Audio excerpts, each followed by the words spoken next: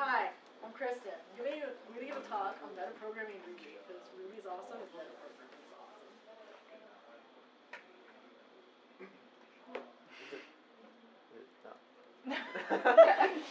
Use the arrow keys. Metaprogramming in PowerPoint. Is your window selected? Yeah, okay, we got this, guys. Alright, so what is metaprogramming? Metaprogramming is the concept of writing code that writes other code and basically modifying stuff at runtime as opposed to, not.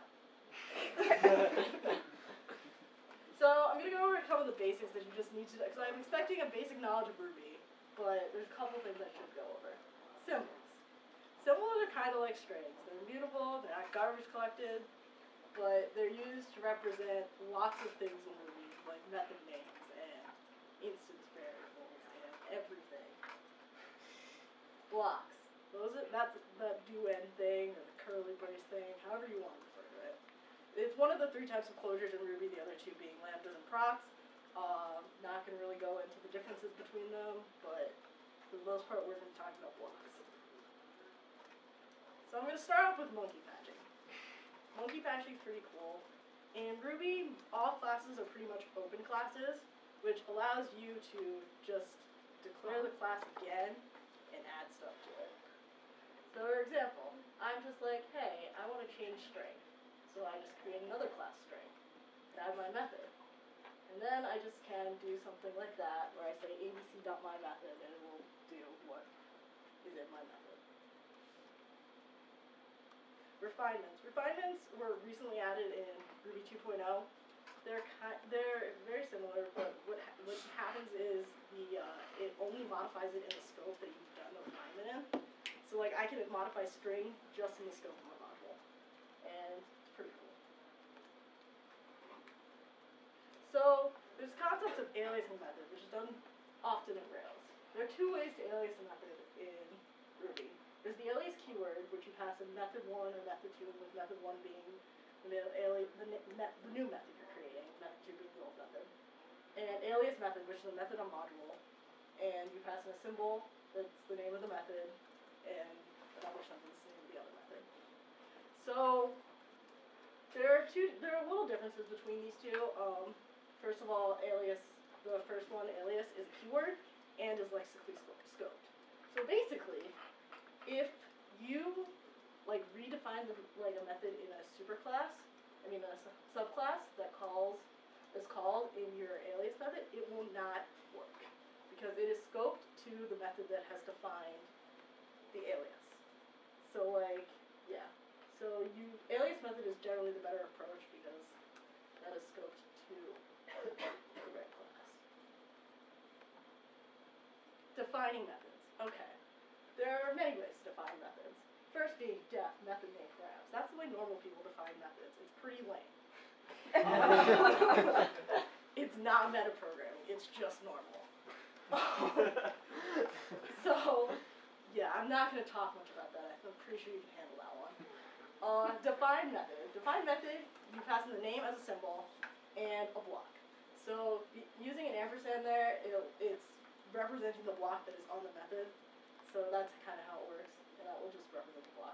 Really, so define method will define a method. It's a method on module, I believe, and so that will define a method on a module or a class. Define singleton method is a method on object. So that allows you to define methods on specific instances of your class. If you do define singleton method on a class, it will function the same way define method does, but yeah, for specific instances of class, you can use define singleton method. Instance variables.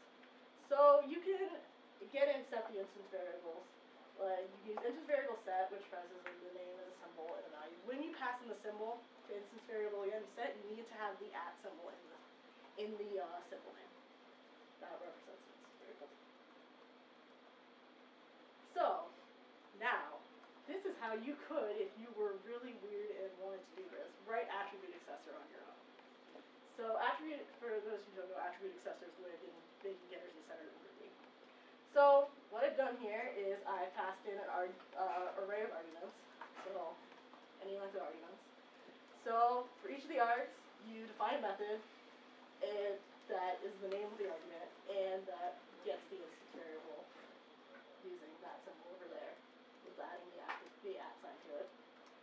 And then it also defines another method with equals after it, because that is for assignment type methods, and that will set the variable. And now we've created our own attribute accessor, and it's great. Eigen Classes. So remember when I was talking about define singleton method? So you might be thinking, wait, where does that method go? Because if it went to the class, then it would be on every instance of that class. But it's not, it's only on that instance of the object. That's because it's on the Eigen class, which, yes, John. Now, the Eigen class is basically the class that's associated with a specific object. It's pretty cool. So when you call object.class, it does not return the object class. So you have to use some special syntax if you want to specifically get the Eigen class.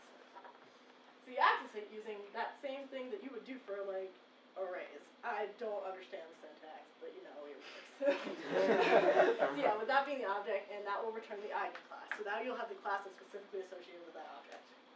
You can also do that when you add code to just the Eigen class of the object. You can add stuff into that block thing. It's pretty cool. It's pretty sweet. Yes. Eigen classes have eigen classes, which also have eigen classes, which also have eigen classes. Seems like a slippery slope. Yes. So now we're going to talk about calling methods. So you might want to you could use dot syntax if you wanted to, but that's lame and not cool. So what we do instead is use dot send. So send takes in a symbol that is the method name, and any arguments that you want to pass into the method. It's sweet. You can also call private methods, so nobody cares. Like, just call whatever you want. It's fun. Removing methods. Now this one's fun. There are two ways to remove methods. There's remove method and undef method. Both of these are private, so you do have to use the send method to call these. There's a slight difference between remove method and undef method. Remove method does what you would think remove method would do. Removes the method from the class, and if the method is defined in another, like a superclass, it will call that method because that's still defined. Yeah, that makes sense. Undef method, on the other hand, decided that, okay, I've removed this method from this subclass. If you try to call it, even if it's defined in the superclass, it will throw an error, a no method error. Now, I don't understand why anyone would want to do that. It does not, but if undef method does not override method missing, so I still don't even understand why it would do that. It doesn't really make sense to me, but remove method, that works normal. Now, I'm going to talk about Rails, and its black magic, also known as method missing. For those who don't know, method missing is a method that will basically be called when it cannot find the method. So basically, instead of throwing no method error, it will call method missing and handle it. So method missing takes the method name, args, and a block. So method missing is, I don't really like method missing because it goes up the entire object in class hierarchy and then finally calls method missing. It's not very efficient, except in certain situations like Rails. Because, Of course. okay, think about it. Because you know how Rails has finder methods. So for each of those, you have the find by every table in your database and every combinations of tables in your of rows in your tables in your database. Now, if you have 10 columns in your database, that's millions of methods that would have to be dynamically created at runtime for that to work. Or you could implement method missing. But in Rails method missing, they do define all the methods that have been called, so they would be basically cached. But yes, that's a situation where method missing makes sense. But other situations like, I'm lazy and I have these 3 methods that have very similar functionality and I just want to handle a method missing, that's not a good idea. You can use other ways. You can use define method to do that. Now I'm going to talk about domain-specific languages. Domain-specific languages are basically what they say. It's a language that handles like a specific domain. So for example, some of these are Rails. Rails is its own DSL, RSpec, etc. So,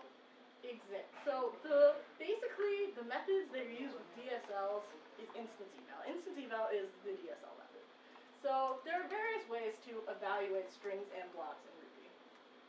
I'll start with the first one. Eval takes in a string and will evaluate in the current scope. You can also pass in a binding object, which will evaluate it in the scope of whatever binding object you pass to it. Instance eval will evaluate it in the scope of the instance that's calling that method. So that can also take in a string and or a block. So instance exec will do the same thing, but allows you to have parameters.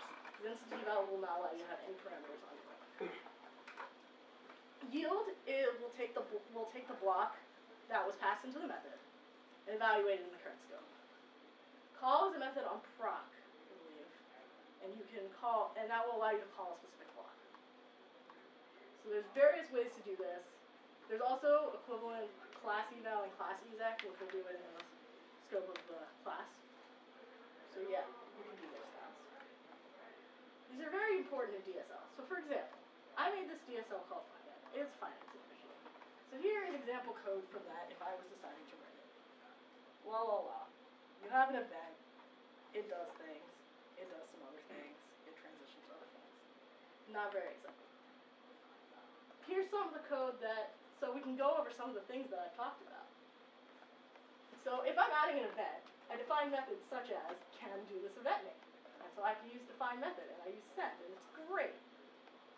And then other things, you can have, I use instance exec over there, so I can evaluate Lanthus.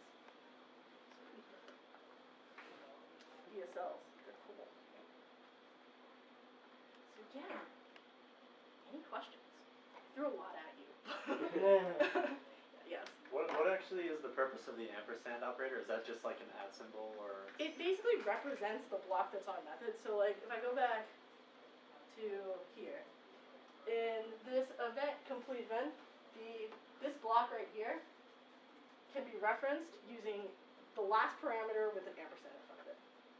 And that's just basically the way Ruby does it. Yeah, it just represents the block that is, because every method has a block that's associated with it. Whether you use it or not is up to you. But to use it, you need to put an ampersand in front of it. In front of the method name? In front of the parameter. So like, slides. So like, in add event, the block, that is a block that is associated with the method. Cool. Yes. Can you put those blocks like somewhere else other than the end? So could you have parameters after you define your block? The last parameter I believe is the block that's associated with method. If you're passing it around, then I think you can put it in the mode. But not really. not in the way that you want to. If you did want to.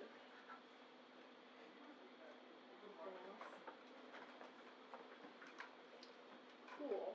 Now I'll go out and metaprogram, but don't metaprogram badly.